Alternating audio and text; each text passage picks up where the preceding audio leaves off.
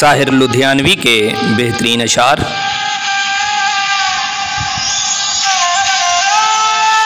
सदियों से इंसान ये सुनता आया है, दुख की धूप के आगे सुख का साया है।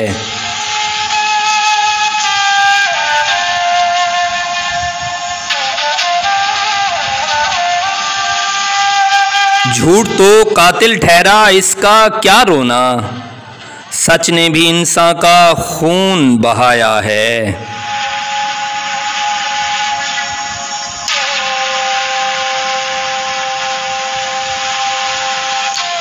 पैदाइश के दिन से मौत की जद में हैं, इस मक्तल में कौन हमें ले आया है।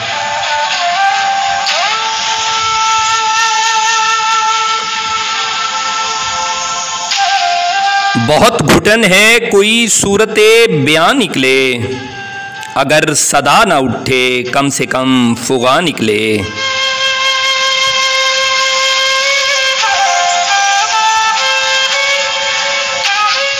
फकीरे शहर के तन पर लिबास बाकी है, अमीरे शहर के अरमां अभी कहाँ निकले।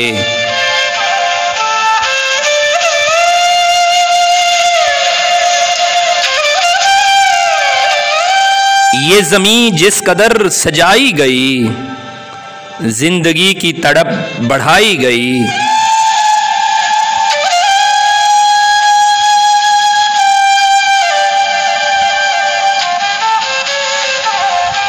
बराहे करम सब्सक्राइब कीजिए, शुक्रिया।